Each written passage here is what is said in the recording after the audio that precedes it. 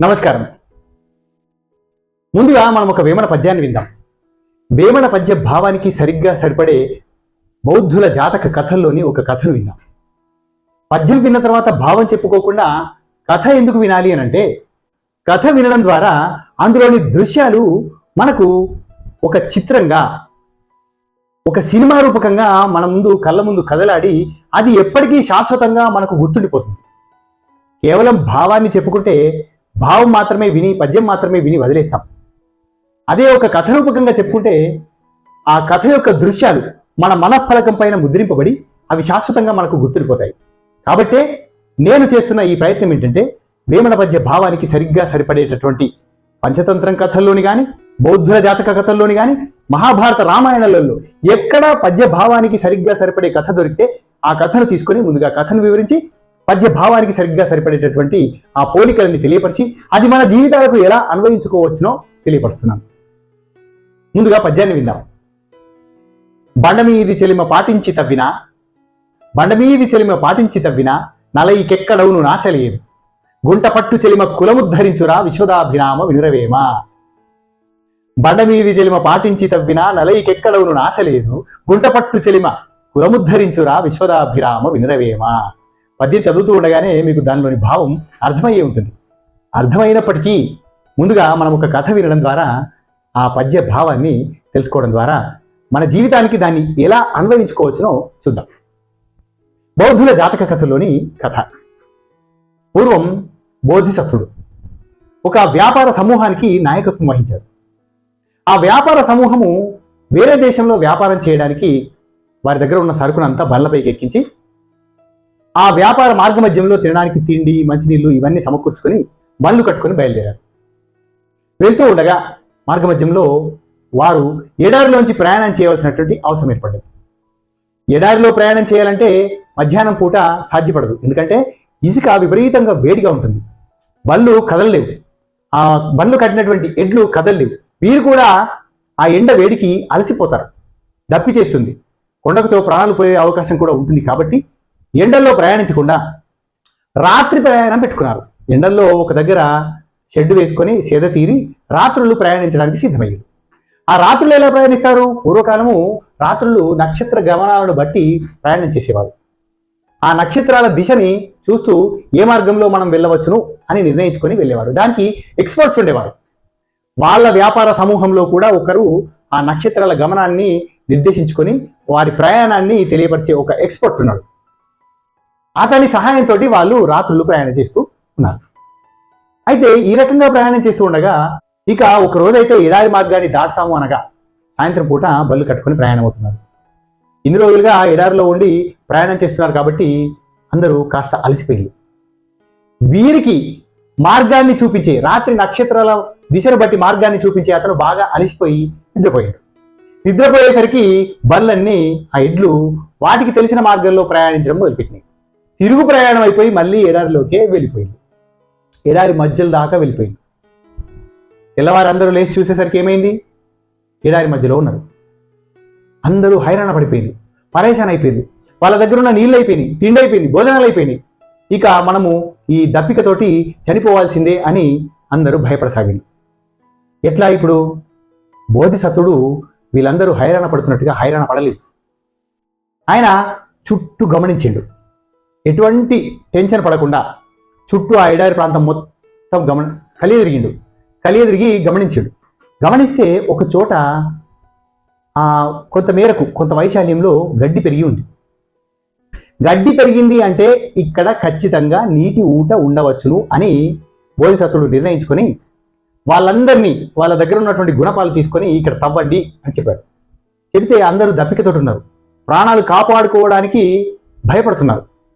ఈ నీళ్లు దొరుకుతాయి అనగానే వాళ్ళందరికీ జీవితం పైన ఆశ పుట్టి తవ్వడం మొదలుపెట్టారు. 20 అడుగుల వరకు తవ్విళ్ళు. 20 అడుగుల తర్వాత పెద్ద బండరాయి కనిపించింది. వాళ్ళందరికీ ఆశలు చనిపోయినాయి. ఇప్పటిదాకా మనం తవ్వితే బండరాయి పడ్డది, ఇక మనకు నీళ్లు దొరుకుతాయని ఆశ లేదు అని అందరూ బయటకు వచ్చి బాధపడుతూ, ఏడుస్తూ, హైరాణ పడిపోతూ కూర్చున్నారు.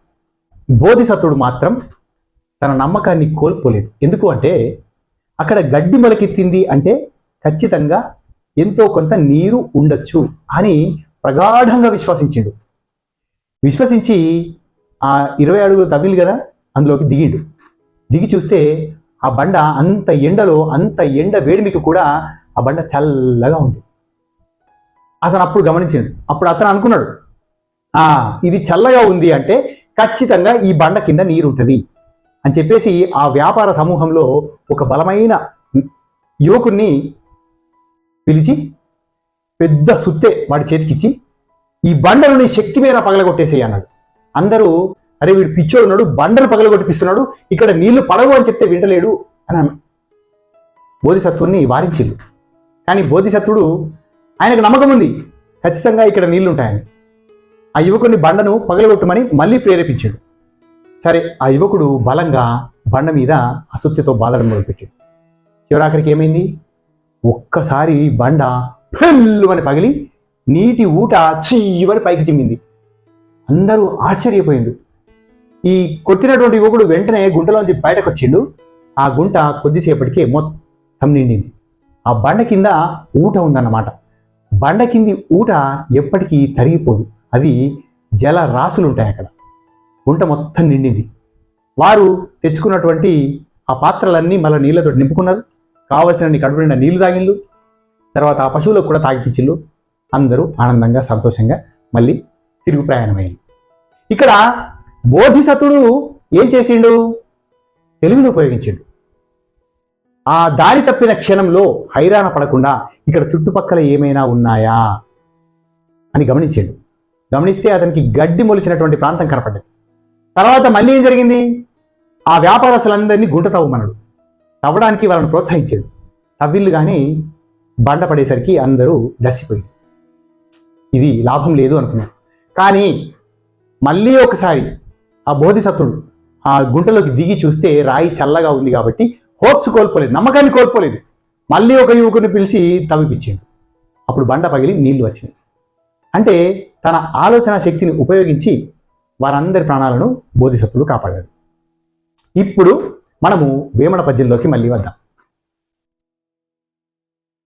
బండ మీది చెలిమ పాటించి తవ్విన నలైకెక్కడవును నాశలేదు, గుటపట్టు చెలిమ కులముద్ధరించురా విశ్వదాభిరామ వినురవేమ.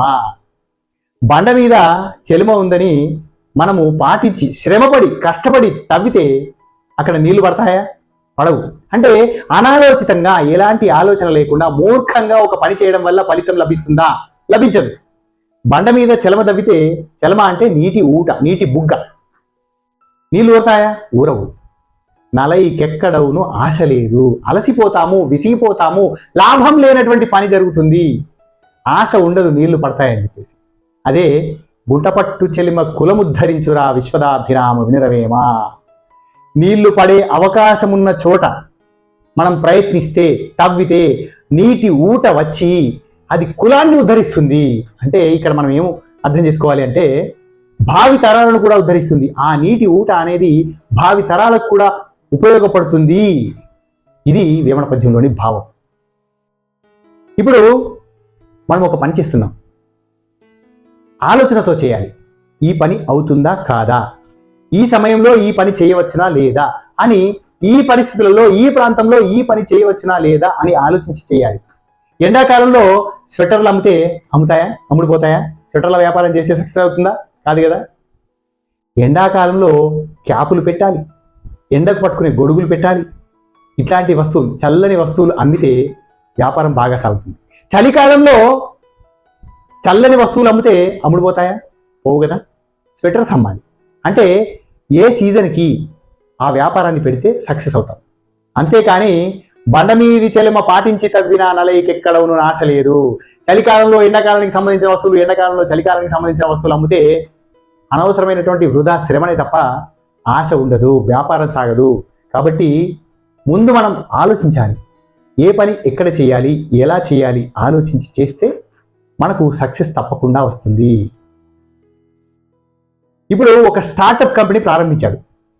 దానికి రకరకాల కష్టాలు ఎదురవుతాయి. ఎందుకంటే బిడ్డ పుట్టగానే మీసాలు మొలుస్తాయా? మొలవు కదా. అలాగే వ్యాపారాన్ని ప్రారంభించగానే లాభాలు రావాలి అని ఆశపడడం తప్పు. ఎన్నో కష్టాలను, నష్టాలను, భయాలను అన్నింటినీ ఓర్చుకోవాలి. ఓర్చుకొని నిలబడి దానికి తగ్గ పరిష్కారాలు వెతికి ముందుకు సాగితేనే విజయం సాధించగలుగుతాం. ఈ మధ్యకాలంలో చాలా వందల స్టార్టప్స్ పెట్టిన కొద్ది కాలానికే లాస్ అయిపోయి తీసేస్తున్నారు. ఎందుకు? సరైన ప్రణాళిక లేక, సరైన పట్టుదల లేక, సరైన పెట్టుబడి లేక, సరైన ఆలోచన విధానం లేక. తప్పకుండా వేమన గారు చెప్పినట్టు మనకి ఎక్కడైతే నీటి ఊట ఉంటుందో, ఎక్కడైతే మనకు ఆశ ఉంటుందో, ఎక్కడైతే మనం సాధించగలమో ఆ చోట ప్రయత్నిస్తేనే ఫలితం లభిస్తుంది. అలా నేటి యువత ఆ పరిస్థితులకు అనుగుణంగా కష్టపడాలి. ఆ పరిస్థితులు ఏంటివో తెలుసుకొని కష్టపడాలి. బండమీది చెలిమ పాటించి తవ్విన నలైకెక్కడవును ఆశ లేదు, గుంటపట్టు చెలిమ కులముద్ధరించురా విశ్వదాభిరామ వినురవేమ. స్టార్టప్ కంపెనీని ప్రారంభించిన తర్వాత అందులో ఉన్నటువంటి కష్ట నష్టాలను ఓర్చుకొని, అందులో లోటుపాట్లను తెలుసుకొని సరైన విధంగా పరిష్కరిస్తూ ముందుకు సాగితే ఉండకచో నిపుణుల సలహాలు, బౌద్ధుల జాతక కథల్లో బోధిసత్వుడు ఎలా అయితే ఆలోచించి ఆ వ్యాపారస్తులలో బలమైనటువంటి వ్యక్తిని పిలిచి బండరాయిని పగలగొట్టిపించిండో అట్లా నిపుణుల సలహాలను వీలైతే తీసుకొని మన సంస్థను ముందుకు నడిపించినట్లయితే తప్పకుండా విజయం సాధించి అది తరతరాలకు ఉద్యోగ అవకాశాలు కల్పించే పెద్ద సంస్థగా ఎదుగుతుంది. ఇది వేమన పద్యం ద్వారా మనం నేర్చుకోవాల్సినటువంటి విషయం. కాబట్టి బండమీది చెలిమ పాటించి తవ్విన నలైకెక్కడవును నాశలేదు, గుంటపట్టు చెలిమ కులముద్ధరించురా విశ్వదాభిరామ వినురవేమా. ఇక్కడ కష్టే ఫలి అని పూర్వీకులు మనకు చెప్పారు. కష్టే ఫలి అంటే ఎంత కష్టపడితే అంత ఫలితం లభిస్తుంది అని. కానీ ఈ ఏఐ కాలంలో కష్టపడడం కాదు, తెలివిగా ఆలోచించి తెలివితో పని చేసుకోవాలి. కొంత కష్టపడాలి, కొంత మన తెలివిని ఉపయోగించాలి. ఆ తెలివిని ఉపయోగిస్తూ కష్టపడుతూ ముందుకు సాగితే సులభంగా విజయాలు సాధించగలుగుతాం. ఏ కాల పరిస్థితులకు, ఏ కాలమాన పరిస్థితులకు తగ్గట్టుగా అప్పుడు మెదలాలి. ఒకప్పుడు కష్టే పని, ఇప్పుడు కష్టపడుతూ ఆలోచిస్తూ పని చేయాలి. ఏఐ టెక్నాలజీ నడుస్తున్నటువంటి కాలంలో ఆ సాంకేతిక పరిజ్ఞానానికి తగ్గట్టుగా మనము వాటిని ఉపయోగిస్తూ ముందుకు సాగాలి. ఏనాడో 100 ఏళ్ల నాడు రాసినటువంటి వేమన పద్యంలోని భావము నేటికి మనకు ఇంతగా ఉపయోగపడుతుంది అంటే అది వేమన గారి పద్యంలోని గొప్పతనం. ఆయనకు మరొక్కసారి హృదయపూర్వకంగా నమస్కారాలు తెలియజేసుకుంటూ మరో వారం మరో మంచి పద్యము, మంచి కథ, మంచి భావంతో అది మనకు ఎలా ఉపయోగపడుతుందో తెలుసుకుందాం. అంతవరకు సెలవు. ధన్యోస్మి. శుభం భూయాత్.